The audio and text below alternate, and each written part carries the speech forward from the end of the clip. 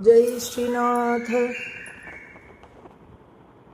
श्रीवल्लभेदि वरदेदि दयापरेदि भक्तप्रियेदि बवलुण्टलगोवितेदि नाथेदि नादशयनेदि जगन्निवासे त्यालापनं प्रतिपदं कुरु मे मुकुन्दं जयतु जयतु देवो देवकी नन्दनोऽयं जयतु जयतु कृष्णो वृष्णिवंशप्रदीपः जयतु जयतु मेघश्यामलकोमलाङ्गो जयतु जयतु पृथ्वी वारणासो मुकुन्द हे गोपालक हे कृपाजलनिधे हे सिन्धुकन्यापते हे कंसान्तक हे गजेन्द्रकरुणापारिण हे माधव हे रामानुज हे जगत्त्रय गुरु हे पुण्डरीकाक्षमां हे गोपीजननाथ पालय परं जानामि न त्वं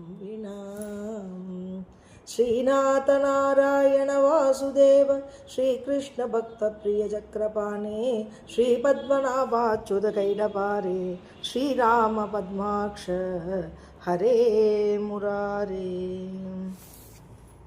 ஸ்ரீமத் பாகவதத்தில் 6வது ஸ்கந்தம் அத்தியாயம் 9 விஸ்வரூப வதமும் விருத்தாசுரன் அவனின் வெற்றியும்.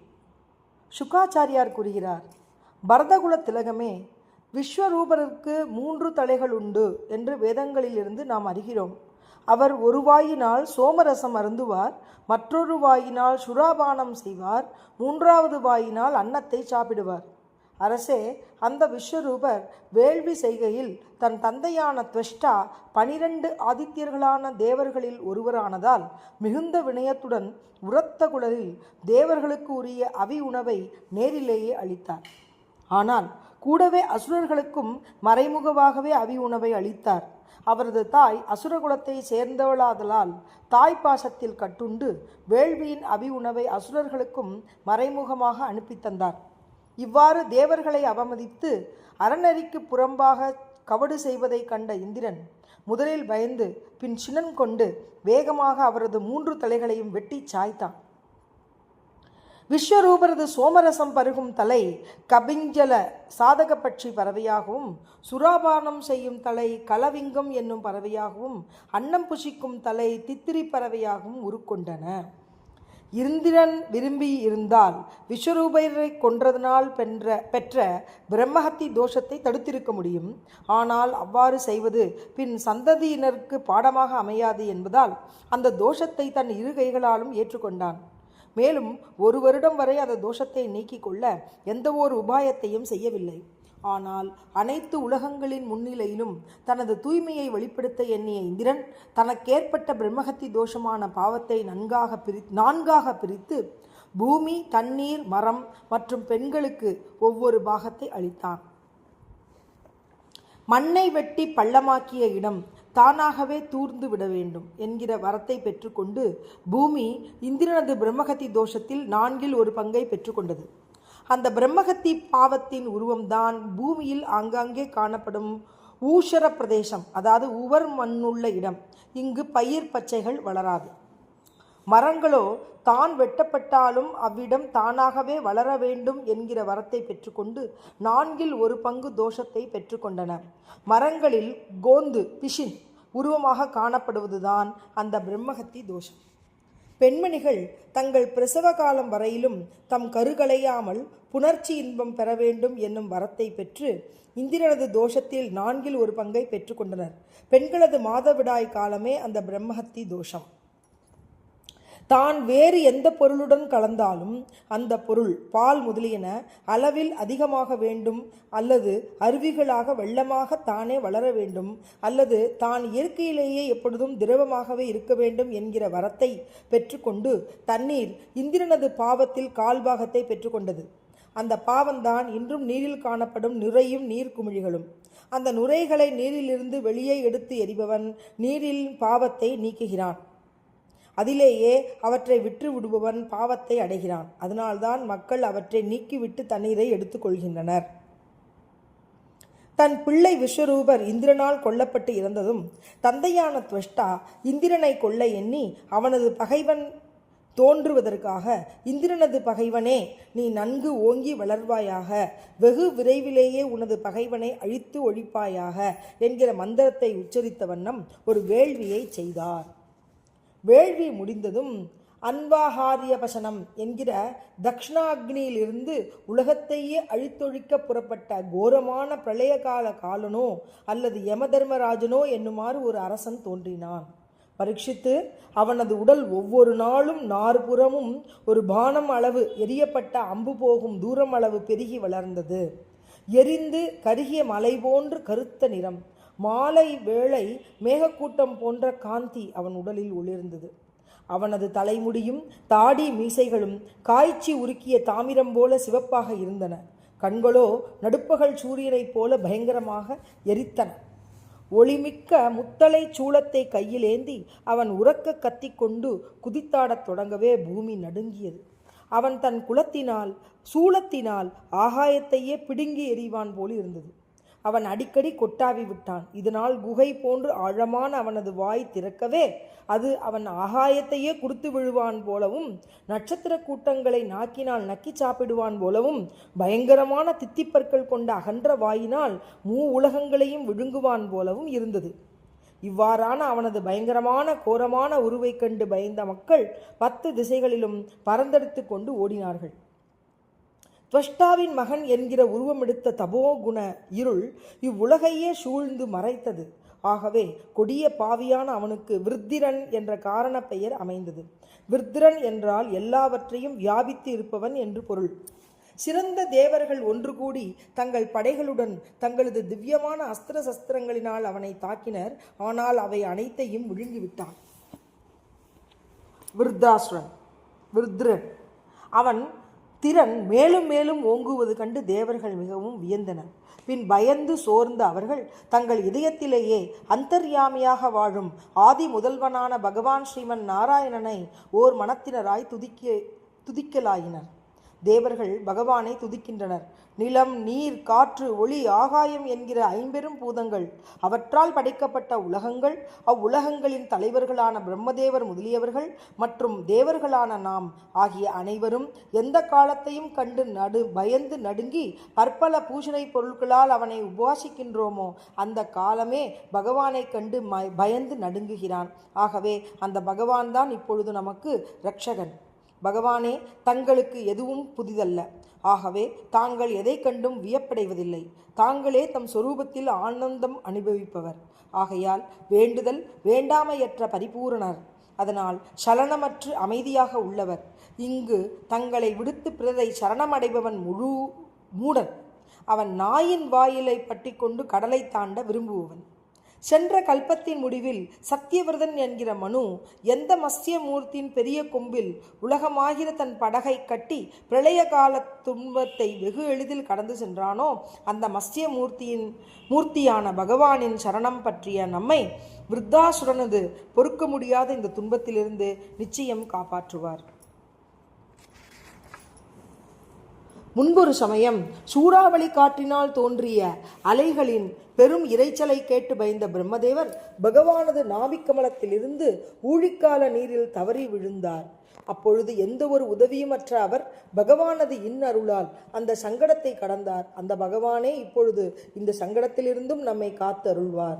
எந்த இறைவன் தான் ஒருவராகவே யாருடைய உதவியும் இன்றி தன் மாயையான சக்தியால் நம்மை படைத்தாரோ, எவரது அருளால் நாம் அனைவரும் உலகங்களை படைக்கிறோமோ, எவர் நம் எதிரிலேயே பலவிதமான திருவிளையாடல்களை புரிகிறாரோ அந்த இறைவனை நாமே சர்வ சுதந்திரம் பெற்ற ஈஸ்வரன் என்கிற அகந்தை கொண்ட நாம் இதுவரை கண்டதுண்டா அல்லது அவரது உண்மை நிலையினை தான் அறிந்தது உண்டா? தேவர்களான நாம் அனைவரும் நமது பகைவர்களால் துன்பமடைந்த போதெல்லாம் அவர் உண்மையில் எந்த ஒரு விகாரமற்றவராயினும் தனது மாயையை ஏற்று தேவர்கள், ரிஷிகள், பசுபக்ஷிகள், மனிதன் முதலிய பிறவிகளை எடுக்கும் நம்மை ஒவ்வொரு யுகத்திலும் தன் அடியார்களை கருதி காத்து வருகிறாரே, அவரே நமது ஆன்மா. நமது தெய்வம் அவரே உலகாகவும் அதை தாண்டி தனித்தும் இருக்கிறார். ஏனெனில் அவருக்கு விகாரம் இல்லை. உலகிற்கு காரணரும் அவரே. சரணம் புகுந்தவர்களை காக்கும் தகைமையர் அந்த இறைவனையே நாம் சரணமடைவோம். பெருமணம் படைத்த அந்த இறைவனே அவரது அடியார்களான நமக்கு அனைத்து நலன்களையும் அளிப்பார். ஸ்ரீ சுகர் கூறுகிறார், மன்னனே, தேவர்கள் இவ்வாறு பகவானை துதித்த பொழுது பகவான் ஸ்ரீமன் நாராயணன் சங்கரம், சக்கரம், கதை, பத்மம் முதலியன ஏந்தியவராக மேற்கு திசையில் தோன்றினார். ஸ்ரீவத்சம் என்கிற மருவும் கௌஸ்துபமணியும் அவரது திருமார்பை அலங்கரிக்கவில்லை. ஆனால் சரத் மாரிகாலத்து மலர்ந்த தாமரை போன்ற திருக்கண்களை உடைய அந்த பகவானை சுற்றிலும் அவரை போன்ற திருமேனி படைத்த சுனந்தனன் முதலிய 16 பார்ஷதர்களும் சூழ்ந்து நின்று சேவை புரிகின்றனர். பரீட்சித்து இதயத்தில் கண்ட இறைவனை நேரில் கண்ட தேவர்கள் பரவசமுற்று மகிழ்ச்சி பொங்க தரையில் தண்டம்போல் விழுந்து வணங்கி பின் மெல்ல எழுந்து துதிக்கலாயினர். தேவர்கள் துதிக்கிறார்கள். பகவானே, வேள்விகளுக்கு பயனாக சொர்க்கம் முதலிய புண்ணிய உலகங்களை அளிக்கும் சக்தியாகவும் அதன் பயனை நிர்ணயிக்கும் காலஸ்வரூபனாகவும் விளங்கும் தங்களை வணங்குகிறோம். அந்த வேள்விகளை தகர்க்கும் அரக்கர்களை தன் சுதர்சன சக்கரம் கொண்டு தகர்ப்பவரான தங்களுக்கு வணக்கம். இது போன்ற மகிமைகளை விளக்கும் பல அழகிய திருநாமங்களை உடைய உங்களுக்கே வணக்கம். பரமனே, சத்வம், ரஜஸ், தமஸ் என்கிற முக்குணங்களுக்கு ஏற்ப உயர்கதி, இடைகதி, கடைகதி என்கிற நிலைகளை அளிப்பவர் தாங்கள். அவ்வாறு இருக்க தங்களுடைய வாசஸ்தலமான பரமபதத்தின் உண்மையான நிலையை மாயையின் காரிய வடிவான இவ்வுலகில் வாழும் எங்களைப் போன்ற எளியவர்கள் எவ்வாறு அறிவார்கள்?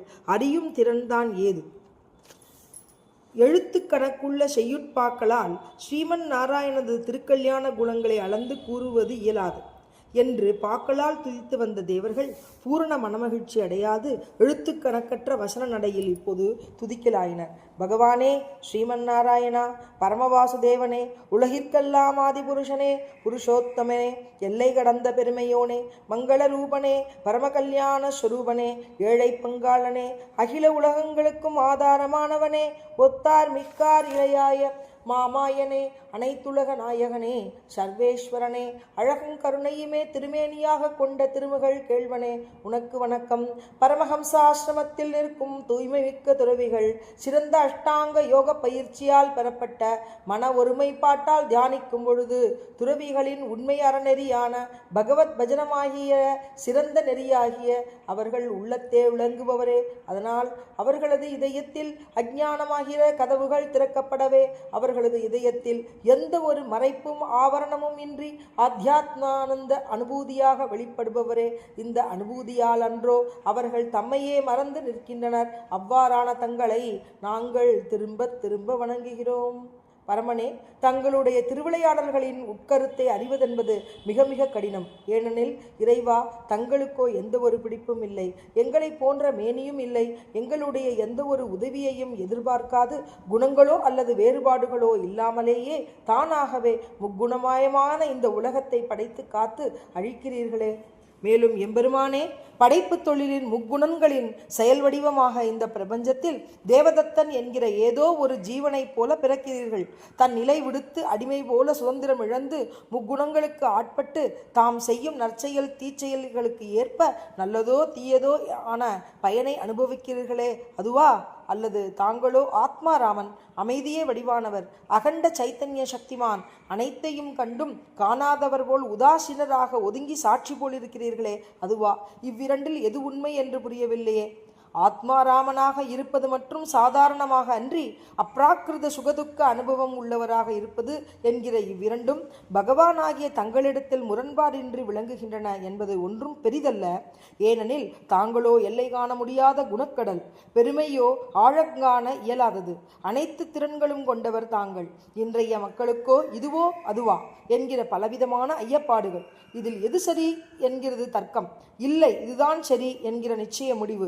இவற்றிற்கு ஆதாரமாக போலி பிரமாணங்கள், அதற்கு அனுகூலமாக விளங்கும் தவறான தர்க்கங்கள் கொண்ட சாஸ்திரங்கள் ஆகியவற்றில் மனதை ஈடுபடுத்தி அதை படித்து தங்கள் மனத்தை கலக்கிக் கொள்கின்றனர். இதனால் வீண் பிடிவாதக்காரர்கள் ஆகின்றனர். ஆனால் இந்த வீண் வாத விவாதங்கள் தங்களை எட்டுவதில்லை. தங்களுடைய உண்மை சொரூபமோ மாயையே வடிவான அனைத்து பதார்த்தங்களிலின்றும் தனிப்பட்டு ஒதுங்கியிருப்பது. இவற்றில் தாங்கள் தங்களது மாயையை மறைத்து வைத்துள்ள பொழுது தங்களிடம் கூற முடியாததென்று ஒன்று எப்படி இருக்க முடியும்? ஆகவே தாங்கள் பாமர மக்களைப் போல செயல்புரிபவன், செயலின் பயனை நுகர்பவன் எனவும் ஆகலாம், அல்லது மகான்களைப் போல உதாசீனராகவும் இருக்கலாம். இதன் காரணம் என்ன தெரியுமா? தங்களிடத்தில் செயல்புரிவது என்பதோ, செய்கின்ற பலனை நுகர்வது என்பதோ, அல்லது எதிலும் ஒட்டாமல் தனித்திருப்பது என்பதோ இல்லவே இல்லை. ஏனெனில் தாங்களோ இவற்றிலிருந்து வேறுபட்டவர், சொல்லுக்கு எட்டாதவர். உண்மையில் செயல்புரிபவர், பயன் நுகர்பவர் என்பன இருக்குமானால் அது ஆத்மாராமன் என்பதிலிருந்து முரண்படும். ஆக செயல்புரிதல் முதலியன உண்மையில் இல்லை, அது ஒரு மாயையே. இயற்கையில் ஒரே பொருளுக்கு முரண்பாடான இரண்டு உருவங்கள் இருக்க முடியாதல்லவா? ஆத்மாராமன் என்பதை உண்மை, செயல்புரிகிறான் என்பதெல்லாம் வெறும் கற்பனை. மாயையே வடிவானது என்பதுதான் கருத்து. ஒரே ஒரு துண்டு கயிறுதான் அது நிலையற்ற புக்தி கொண்ட அறிவிலிக்கு பாம்பாக தோற்றமளிக்கிறது. ஆனால் உண்மை உணர்ந்தவனுக்கு அது கயிறாகத்தான் இருக்கிறது. அதுபோலத்தான் தாங்களும் அறிவிலிகளுக்கு செயல்புரிபவன், பயன் நுகர்பவனாக தோற்றமளிக்கின்றீர். அறிஞனுக்கு தூய்மையான சச்சித் ஆனந்த வடிவனராக தெரிகிறீர். அறிவிலிக்கும் அறிஞனுக்கும் அவரவர் எண்ணங்களுக்கு ஏற்ப விளங்குகிறீர். உண்மையை ஆராய்ந்து பார்த்தால் தாங்கள்தான் அனைத்து பொருள்களிலும் அந்தந்த பொருளின் நிலையில் விளங்குகிறீர்கள். எல்லை காண இயலாத சத் சுரூபர், அனைத்திற்கும் ஒரே தலைவர், பிரபஞ்சம் அனைத்திற்கும் காரணமான பிரம்மதேவர், ஐம்பெரும் பூதங்கள், மாயையான பிரகிருதி முதலியவற்றிற்கும் காரணமானவர், அனைத்திற்கும் அந்தர்யாமியான அந்தராத்மா தாங்களே. ஆகவே இவ்வுலகில் காணப்படும் குணதோஷங்கள் எல்லாவற்றிற்கும் காரணமான தங்களையே குறித்து காட்டுகின்றன. வேதங்களும் பிரபஞ்சத்தில் உள்ள அனைத்தையும் மித்தியை, பொய் என்று ஒதுக்கி தள்ளி முடிவில் தங்களை மட்டும்தான் மெய் என்கின்றன. அதுவே சஜாத்தீய விஜாத்தீய ஸ்வகதம் என்கிற மூன்று வேறுபாடுகளும் மற்ற அத்தியந்த அபேத வஸ்துவானவர். மதுசூதனரே, தங்களுடைய பெருமை எல்லை காண முடியாத அன்பு அமுதக்கடன். அதனுடைய ஒரே ஒரு துளியை ஒருவன் ஒரே ஒரு முறை நாவினால் சுவைத்து பார்ப்பானேயானால் பரமானந்த அமுததாரை அவனது இதயத்தில் என்றும் எப்பொழுதும் பெருகிக் கொண்டே இருக்கும். அதனால் இவ்வுலகில் உள்ள விஷய போகங்கள் ஒரு சிறிய அளவோ பெருத்த அளவோ எவ்வளவு பார்த்தும் அனுபவித்தானோ அல்லது விண்ணுலகு முதலிய மேலுலகங்களில் உள்ளதாக கேள்விப்பட்டானோ அவை அனைத்தையும் மறந்து விடுவான். எங்கள் ஜீவராசிகளுக்கும் உற்ற நண்பன், பிரியமானவன், நன்மை நாடுபவன் மற்றும் அந்தர்யாமி, அனைத்து செல்வங்களுக்கும் பொக்கிஷமாக விளங்கும் பகவானை தங்களிடத்தின் தன் மனத்தை இடையீரின்றி நிலைத்து நிற்க வைத்தவன், தங்களை நினைத்திருக்கும் இன்பத்திலேயே ஊன்றி நிற்பவன். இவ்வாறான பரமை காந்திகளாகிற இறையடியார்களே இவ்வுலகத்தில் தனக்கு எது நன்மை அளிப்பது, மேலுலகில் எது நன்மை அளிப்பது என்பதை அறிவதில் திறன்மிக்கவன் ஆவான். இறைவா, தங்களுக்கு மிகவும் பிரியமான நன்மனம் படைத்த அந்த அடியார்கள் தங்களது திருவடி தாமரைகளுக்கு சேவை செய்வதை எவ்வாறு விட்டுவிட்டு செல்வார்கள்? சேவை செய்து கொண்டேதான் இருப்பார்கள். ஏனெனில் அந்த சேவையினாலே தான் பிறப்பு இறப்பு என்கிற சம்சார சக்கர சுழல்களில் இருந்து விடுதலை பெற இயலும். எம்பிரானே, மூ உலகங்களுக்கும் அந்தர்யாமியாகவும் ஆன்மாவாகவும் ஆதாரமாகவும் இருப்பவரே, அல்லது மூ உலகங்களையும் தன் சொரூபமாக கொண்டவரே, மூ உலகங்களையும் தன் 3 அடிகளால் அலைந்தவரே, மூ உலகங்களையும் ஆட்டி படைப்பவரே, தங்களது மகிமையோ மூ உலகங்களில் உள்ள ஜீவராசிகளின் மனத்தை தன் பக்கம் ஈர்ப்பது. தைத்தியர்கள், தானவர்கள் முதலிய அசுரர்களுக்கும் தங்களது விபூதியே, இதில் சந்தேகமே இல்லை. ஆனாலும் அவர்களது முன்னேற்றத்திற்கு இது உகந்த காலமில்லை என்று நிச்சயித்த தாங்கள் தங்களது யோக மாயையை ஏற்று உபேந்திரன், அதாவது வாமனமூர்த்தி என்கிற தேவனாகவும், சீதாராமன் என்கிற மனிதனாகவும், வராகம் என்கிற விலங்காகவும், மனிதன் விலங்கு கலப்பு உருவமான நரசிங்கமாகவும், மஸ்தியாவதாரம் முதலிய நீர்வாழ் பிராணியாகவும் திருவவதாரம் செய்து அந்த அசுரர்கள் முதலியோர் செய்த தீவினைகளுக்கு ஏற்ப அவர்களை தண்டிக்கிறீர்கள். நல்வினை தீவினைகளுக்கு ஏற்ப தண்டனை வழங்குபவரே, இந்த விருத்திராசுரனை வதம் செய்வதும் நியாயம்தான் என்று தோன்றினால் முன்பு அந்த அசுரர்களை வதைத்தது போல இவனையும் வதம் செய்யுங்கள். பகவானே, எங்களுக்கு தந்தையும் பாட்டனும் மற்றும் உற்றார் சுற்றாரும் தாங்கள்தானே. நாங்கள் தங்கள் அடியார்கள் அல்லவா? தங்களைத்தானே தலையாலே வணங்குகிறோம். தங்கள் திருவடித்தாமரைகளை நினைத்து நினைத்து எங்கள் இதயம் அதன் அன்பு வலையில் சிக்கிவிட்டது. தாங்கள் தங்களது கல்யாண குணங்களோடு கூடிய அழகிய திருமேனியை கண்ணெதிரில் காட்டி எங்களை ஆட்கொண்டீர்கள். ஆகவே தாங்கள் கருணை ததும்பும் தெளிந்த அழகான குளிர்ந்த புன்சிரிப்புடன் கூடிய கடாட்சத்தினாலும் செந்தாமரை போன்ற திருமுகத்தாலும் கருணை அமுதம் பொழியும் இனிய சொற்களாலும் எங்களது இதய வெப்பு நோயை குளிரச் செய்ய வேண்டுகிறோம். பகவானே, அக்னியிலிருந்து தோன்று வந்துதான் தீப்பொறிகள். ஆனால் அவை அக்னியை ஒளிரச் செய்யுமா? இயலுமா? அதுபோலத்தான் எங்களுக்கும் தன்னலம் பிறநலம் பற்றிய எதுவும் கூற முடியவில்லை. அனைத்தும் அறிந்த தங்களுக்கு நாங்கள் கூற வேண்டியது என்னது உள்ளது? ஏனெனில் அண்ட சராசரங்கள் அனைத்தையும் படைத்து காத்தும் அழிக்கும் மாயையை ஏற்று திருவிடையாளர்களும் புரிகிறீர்கள். அனைத்து ஜீவராசிகளின் உள்ளும் அந்தர்யாமியாக விளங்கும் பிரம்மமும் தாங்களே. இது மட்டுமா? வெளியிலே பிரகிருதி என்கிற காரணவஸ்து ரூபமாகவும் இருக்கிறீர்கள்.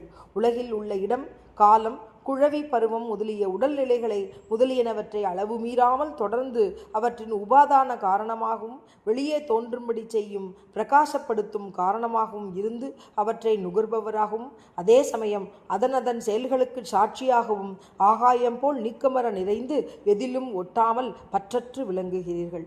உபாதியான மறைப்பு நீங்கிய சுத்த சத்வமூர்த்தியான பரபிரம்ம பரமாத்மாவாக விளங்கும் இருப்பவரும் தாங்கள்தான். நாங்கள் தங்களிடம் வந்து வேண்டியதான் தாங்கள் உதவி புரிய வேண்டும்.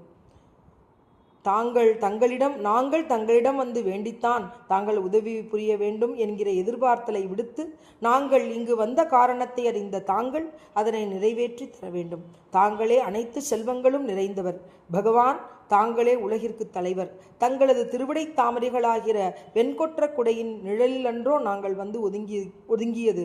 தங்கள் திருவடிகள் பலவாறான தீவினை பயன்களின் ஒட்டுமொத்தமான பிறப்பு இறப்பு என்னும் சம்சார சூழல்களிலிருந்து விழுந்து தவிப்பவர்களின் சோர்வை அறவே நீக்குவன. ஈசனே ஸ்ரீகிருஷ்ணா, எங்களது சக்திகளையும் அஸ்திர சஸ்திரங்களையும் ருத்ராசுரன் முன்னமே விழுங்கிவிட்டான். இப்பொழுது உலகங்களையும் விழுங்கி கொண்டிருக்கிறான். ஆகவே அவனை சீக்கிரம் கொன்று அடியுங்கள். எம்பெருமானே, தாங்களோ தூய்மையான வடிவானவர். இதயத்தில் எங்கும் தூய்மை ஒளியான விண்வெளி அனைத்திற்கும் சாட்சி. தாங்கள் அனாதியானவர். முடிவுதான் உண்டோ?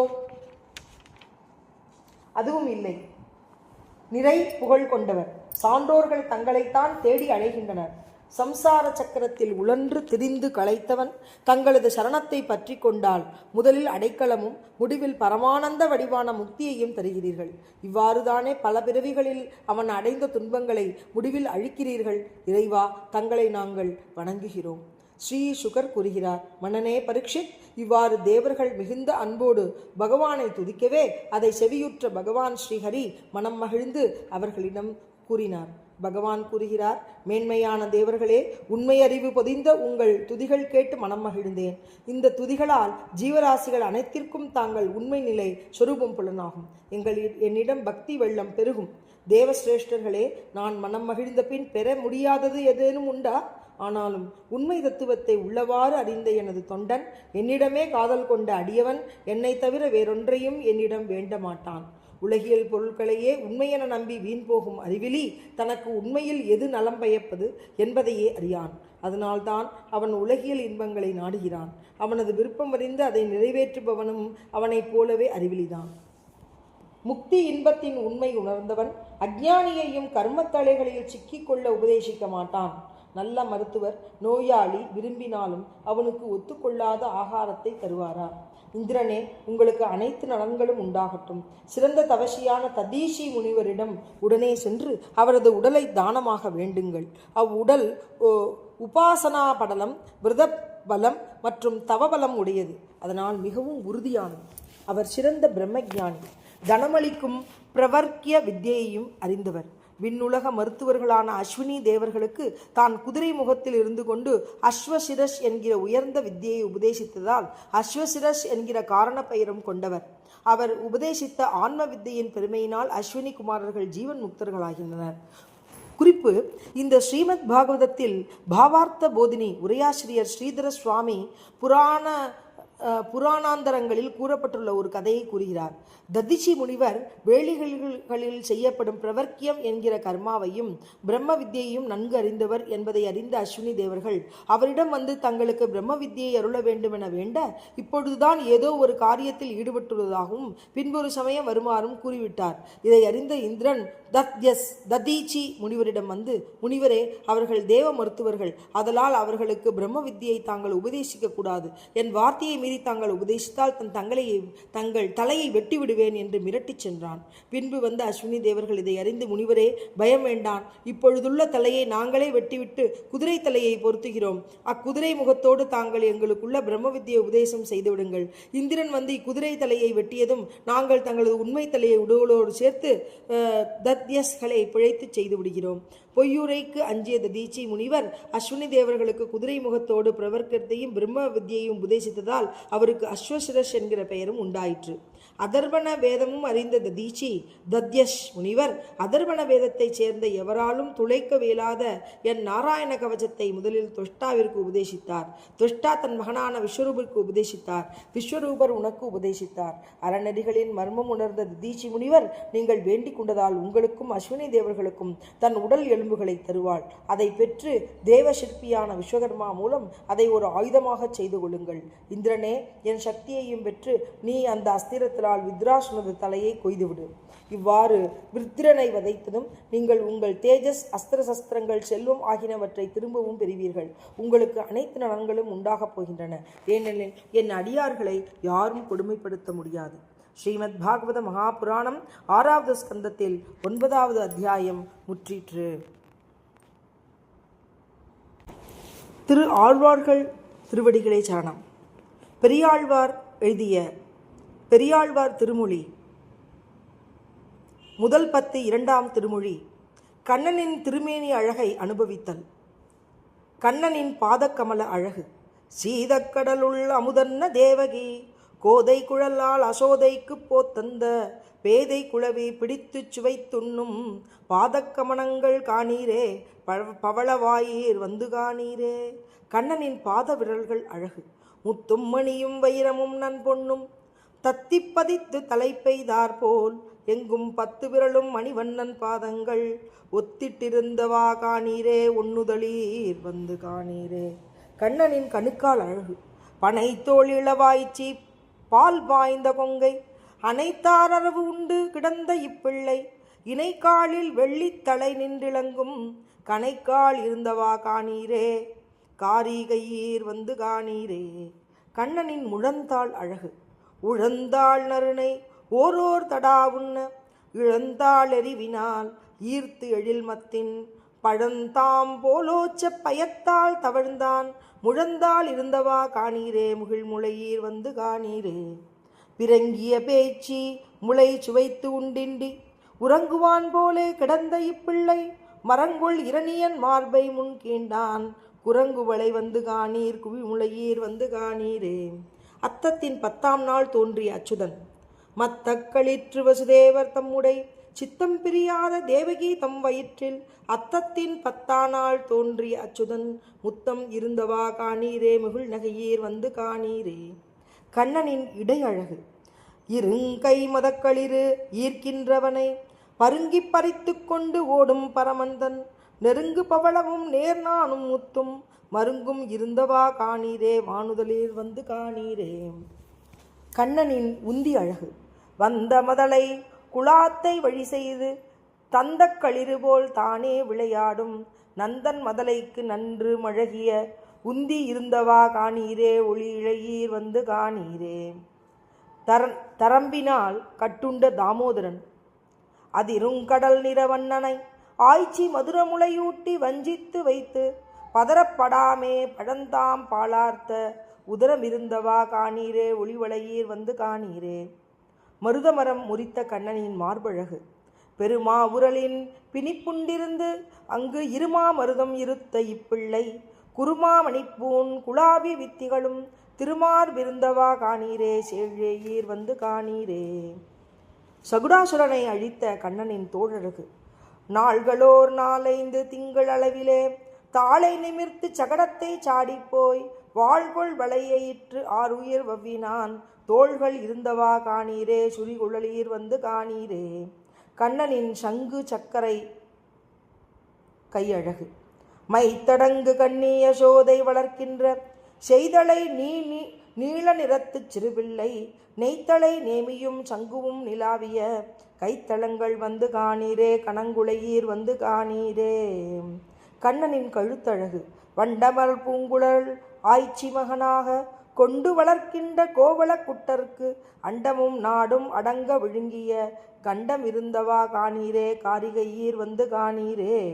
கண்ணனின் சிவந்த வாழழகு.